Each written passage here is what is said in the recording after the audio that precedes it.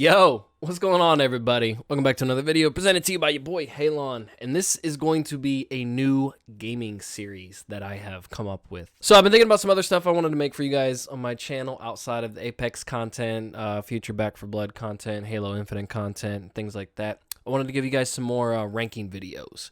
So I decided to do a series where I take some of my favorite gaming franchises over the years and kind of put their games in the order of which I think from best or worst to best. So qualifying for it is the series has at least 4 games in it, and if they have more than 10, I'll just do a top 10 because I don't want to make like a 45-minute video talking about every single game like a series like Final Fantasy or something. So this one, as the title says below, this one's going to be my Fallout one for all my Fallout fans out there.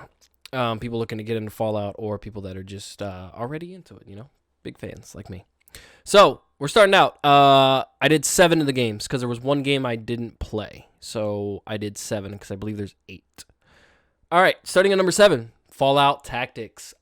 Just really didn't do anything for me. I played some of it. It really didn't do anything for me. I wasn't a massive fan of it. Wasn't anything huge to me. No big deal. Didn't really care for the story. It's just kind of whatever. It is what it is. Some people out there might have liked it. I really didn't. So Fallout Tactics at number 7. At 6, we got Fallout 76. Now, the only real reason that Fallout 76 made it above Tactics, like play online with friends and it looks pretty. Other than that, the game is like really lore breaking. You know, I'm doing a lot of these based on like the story, especially for this series, the story, the gunplay things, all things involved in the game. It looks pretty, but the way things worked in it, the mechanics and stuff like that, I just wasn't the biggest fan of it. So number 5.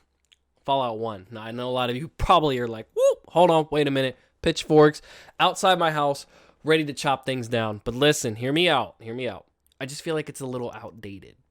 The point and click, the turn-based thing, I just feel like it's kind of, it's just kind of outdated at this point. So I enjoyed the story, though. The RPG elements to it, it was great. Like, it was a good experience. It's just kind of, a little outdated compared to what, kind of what I've grown up with or what I'm used to at this point. So number 4, Fallout 2. Same experience with Fallout 1. Only difference is I kind of like the story a little bit more. With the Enclave being the bad guy, kind of Nazis running around in the wasteland. To those out there that think the Brotherhood is the Nazis, no, it's the Enclave. The Brotherhood of Steel are not the Nazis. Can't you tell I'm a Brotherhood of Steel fanboy? So, all right, Fallout 2 at number 4. Now, at number 3, I wanted to put this particular Fallout game at my number 2 slot, but I felt like if I did, I wasn't being honest with myself. I wasn't being honest with myself, and I wasn't being honest with the Fallout community and my friends. It would have just been, it would have been basic. It wouldn't have been honesty. So at number 3, I got Fallout 4. Fallout 4, I enjoyed the story, the main quest, and the base side quests in the game. I liked the way it looked. Obviously, the mechanics, being able to fly invertebrates, calling for vertebrate support, all different things about that game, the gunplay. I enjoyed it a lot. RPG elements were a little watered down compared to the other games, but I did enjoy it. So what knocks this one at number 3 for me instead of being at number 2 is mainly the DLCs. So I was not the biggest fan of all the DLCs within Fallout 4. The only one that I thoroughly enjoyed from start to finish was Far Harbor. All the other ones, no, not so much. I mean, the Mechanist, it was kind of just a play off of the little thing in Fallout 3. And, I mean, it was cool building up your own robots and workshop and stuff. But I don't really do that type of stuff. That's not me in the games like this. I don't usually, like, build up stuff like that. Like, that's not for me. Which is also another reason why it took me forever to do a Minuteman playthrough in that game. Because I was not big on top of trying to get all the Minutemen in order to each other to be able to get to the different settlements to help each other out and supply chains and all that. Nuka World was great in Fallout 4, but I don't really have any to say. The only thing that I really liked about it was the big open map and the different side quests in it. I've just never been a fan of being a raider, per se. Like, it was not a calling to me. I didn't enjoy it very much, trying to be a raider. It's not something I'm interested in at all. So, number 2, which should have been my number 3, but as I said before, I wasn't going to be honest with myself if I put this at number 3. Fallout Drum roll, please. New Vegas. No, I know a lot of you are stopping. Red flags. Everybody's freaking out. Everybody's screaming. Everybody's having a whole flow and flood of emotions right now. But hear me out. I will recognize Obsidian's ability to be able to make very, very good player-friendly games, as in there's player-friendly mechanics that make the game more enjoyable. Obsidian does a great job at that. However, in my experience playing Obsidian games when they jump into a big franchise like Fallout or Star Wars, I'm not the biggest fan of their storytelling. At least not their main storytelling. Now, their side quests are phenomenal, but their main storytelling, it's never really pulled me in too much. And that's the biggest reason that New Vegas made it to number 2 instead of number 1. I was not the biggest fan of the main story in that. I didn't really feel any urgency to finish it and didn't really care. There was a lot of complications. And what I did enjoy about the main story, however, is being able to choose the faction you wanted to go with.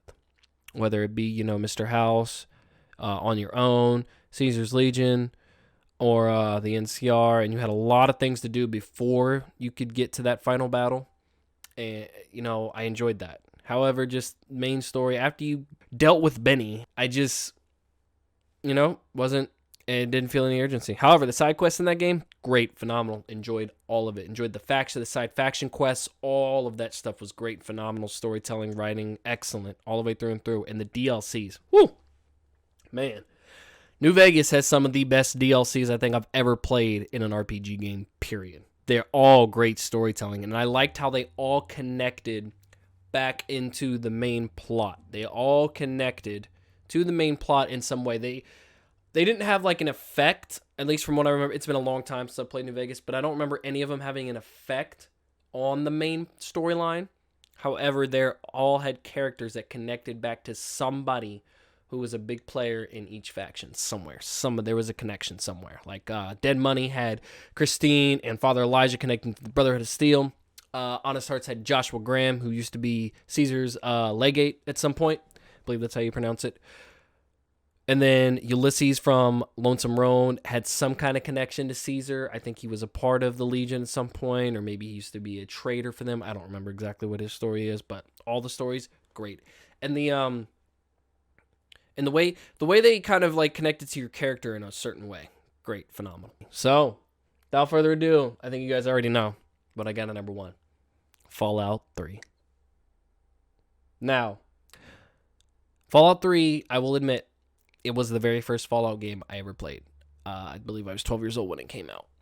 I was not the biggest fan of it. I was actually not the biggest fan of RPG games in general at that age. I was more of that was more of Halo 3, COD 4, Left 4 Dead, Gears of War era. I was more interested in those games.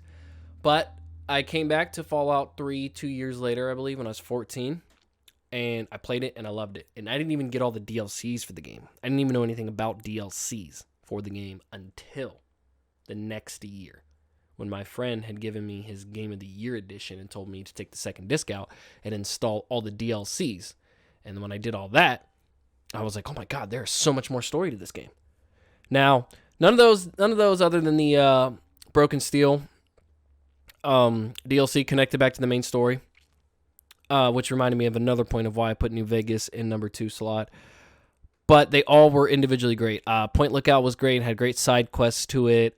Big open area to explore. Mothership Zeta, who doesn't like fighting aliens? That's awesome. It's great. The Operation Anchorage, that was a great look into the past to see what how things were before all the bombs dropped, a little bit at least. That was great. It was wonderful to be able to see all that. The Broken Steel, of course, continuing on with the Enclave, fighting Brotherhood of Steel, going to Adams Air Force Base, getting a hold of the Tesla weapon, the Enclave Hellfire Armor 2, and their flamethrower. I forget what that weapon is called. Sorry. But Fallout 3 and 4 both had mechanics. Granted, Fallout 3 was added on later on, that allowed you to continue the story after the main quest was done. That has always been my biggest pet peeve with New Vegas. Now, I'm sure the mods in the mod community, because I didn't use mods or start using mods for Fallout to see what things would happen until Fallout 4. But I'm sure the mod community had made something for New Vegas to continue on afterwards. That was always drove me insane because I wanted to see what New Vegas looked like after either you took it over with Caesars League, whoever you decided to go with. I always wanted to see what it looked like. That's my tier ranking list for you guys. Tactics, 76, 1, 2, 4, New Vegas, and 3. Hope you guys enjoyed the video. Look forward to the next series coming out. I'm not sure which game series franchise I'm going to do yet, but they'll be coming and they'll be posted as soon as I get them done. I'll see you guys in the next video.